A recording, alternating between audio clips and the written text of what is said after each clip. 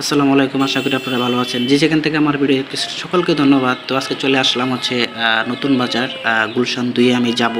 তো সকালবেলা চলে আসলাম অফিসের উদ্দেশ্যে। তো আপনারা জানেন যে আমাদের অফিস চেঞ্জ করা হয়েছে, মতিঝিল থেকে এখন গুলশান 2 চলে আসছে।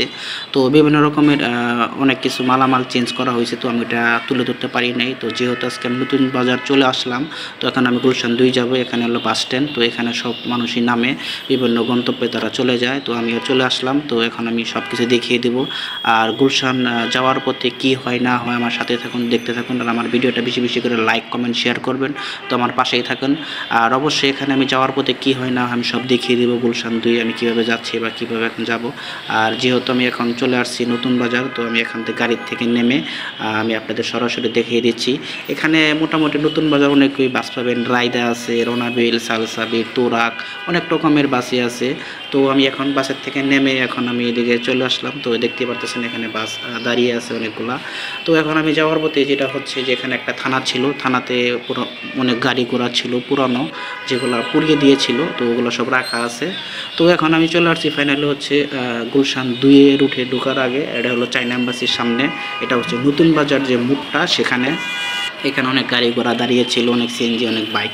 তো ওখানে হচ্ছে গ্রিন মডার্ন টাউনের গাড়িগুলো ছিল, যে বিআরটি বা বিভিন্ন রকমের গাড়ি ছিল এখানে গুলশান 2 যাওয়ার জন্য। তো এখানে আপনি পাবেন, সকালবেলা আসলে পাবেন হচ্ছে বাইক পাবেন, অটো ভ্যান পাবেন, অটো রিক্সা পাবেন, তারপরে এখানে বাস আছে টাকার চাকা, ওটাও আপনি যেতে পারেন। গুলশান 2 বিভিন্ন জায়গায়, বনানী, কাকলি সব জায়গায় যাওয়া যায়। তো এখন আমি সামনে আগাচ্ছি, এখানে একটা ভ্যান দাঁড়িয়ে আছে। তো আমি এখন ভ্যানে যাব। এই মামা, এই সিএনজিটা তুমি আসতে নাও না মামা, কীভাবে গাড়ি ঘোড়ায়। তো এখন এখানে ভ্যান একটা দাঁড়িয়ে আছে, তো আমি ভ্যানে করে এখন যাব হচ্ছে গুলশান 2। দেখতে থাকুন আমার ভিডিওটা। তো এখন যাওয়ার পথে আমি আরও কিছু দেখিয়ে দিব, আপনারা দেখতে পারবেন। তো ফাইনালি এখন আমি ভ্যানে চলে গেলাম। ভ্যানে ওঠার পরে এখন আমি দেখতে পারতেছেন আমি সব কিছু রাস্তাঘাট খুবই সুন্দর দেখতে। আজকে যেহেতু ওয়েদারটাও একটু কুয়াশা ভরা ছিল, কারণ কুয়াশার মাঝে আজকে আমি ভিডিও করতেছি, একটু ঠান্ডা ঠান্ডা লাগতেছিল। আর আজকে আপনারা জানেনই আকাশের বুকে তো অনেক ওয়েদার বা অনেক কুয়াশা আজকে, কিন্তু শীতটা অন্যরকম আজকে, ফ্যাপসা গরমও আছে, যেরকম ঠান্ডা গরম সব মিলিয়ে। তো গুলশান যাওয়ার পথে আমার এখানে হচ্ছে যে লেক পার আছে একটা, তো লেক পারে আমি কচ্ছপ দেখেছিলাম আগে।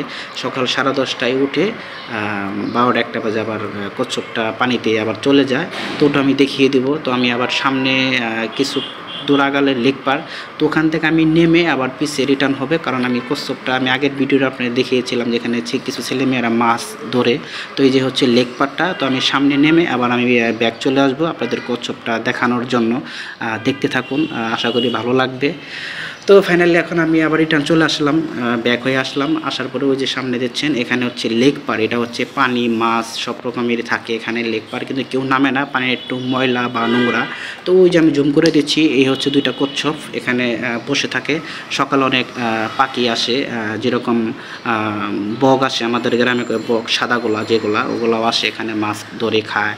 কচ্ছপ সকালবেলা উঠে 10টা-11টার দিকে উঠে, 10:30টার দিকে উঠে তারা একটু রোদটা তাপিয়ে আবার পানিতে চলে যায়। অনেক বাইরেও ভিডিও করতেছে, ছবি তুলতেছে, দেখতেও খুব ভালো লাগতেছে। যেহেতু একটা কচ্ছপ এখানে 2টা, একটা আছে বড়, একটা আছে ছোট। আর লেক পাড়টা খুবই সুন্দর। আর এই লেক পাড়ে আসলে আপনি একটা ঠান্ডার একটা অনুভব পাবেন, কারণ যেরকম পানি, গাছগুছালি সবই আছে, একটু ঠান্ডা ঠান্ডা লাগে ভাব। তো আমি আবারও জুম করতেছি আমি আপনাদের দেখানোর জন্য, যে 2টা কচ্ছপ একটা গাছ ফালিয়ে দিয়েছিল, মানে গাছটা কেটে পানিতে ফালানো হয়েছে, তো ওই গাছের উপর বসে আছে। আর জায়গাটা খুবই সুন্দর, পাশে হচ্ছে মাটির রাস্তা, গাছগুছালিগুলো খুবই সুন্দর। মনে হয় যে আমি গ্রামের বাড়িতে চলে আসছি এরকম লাগতেছিল। আমি আবারও জুম করতেছি, ওই যে একটা বড় একটা ছোট কচ্ছপ। তো এই যে আমার ভিডিওটা আপনারা বেশি বেশি করে দেখবেন, লাইক করবেন, শেয়ার করবেন। তো এখন আমি সামনের দিকে আগাবো, আমি সব কিছু দেখিয়ে দেবো। তো এখন আমি চলে আসলাম হচ্ছে গুলশান 2।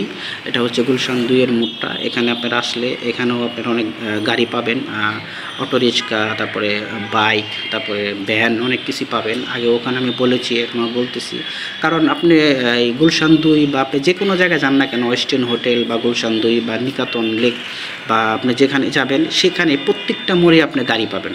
আর এই ট্রাফিক সিগন্যালটা আপনারা সবসময় আইন মেনে চলবেন, কারণ আপনি যদি তাড়াহুড়ো তাড়াহুড়া করেন, হতে পারে একটা অ্যাক্সিডেন্ট, আপনি বড় ধরনের একটা দুর্ঘটনা ঘটতে পারে, এটা সবসময় সবাই মাথায় রাখবেন।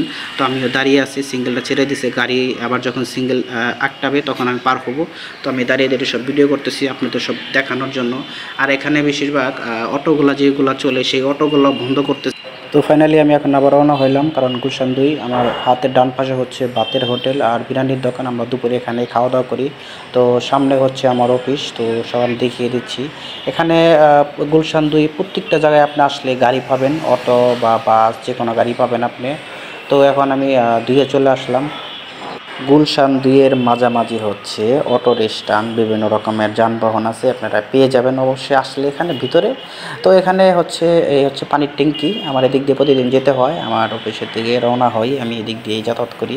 তো সামনে হচ্ছে একটা থানা, গুলশান 2-এর হচ্ছে থানা এটা। তো থানার সামনে দিয়ে আমার প্রতিদিন যেতে হয়, আপনারা দেখতে পারতেছেন। তো আমি সামনে আমার অফিস, আমার অফিসটা হচ্ছে গুলশান 2, রুট নাম্বার 48, রুট নাম্বারও 2। তো এখান থেকে অনেক গাড়ি বনানী কাকলি বিভিন্ন জায়গায় যাওয়া যায়, আমি আগেও বললাম এখনও বলতেছি। তো আপনারা সবাই ভালো থাকেন, সুস্থ থাকেন, আমি সবার প্রতি দোয়া রইল। আর আমার ভিডিওটা বেশি বেশি করে দেখবেন, লাইক কমেন্ট শেয়ার করবেন। আর যে কোনো ভিডিও পাশে পাওয়ার জন্য অবশ্যই বেলাইটা বাজিয়ে দেবেন, লাইক করবেন। তো এই হচ্ছে 48 নম্বর রোড। তো এখন আমি বিদায় নিব। তো আপনারা সবাই ভালো থাকেন, সুস্থ থাকেন, সবার প্রতি দোয়া রইল।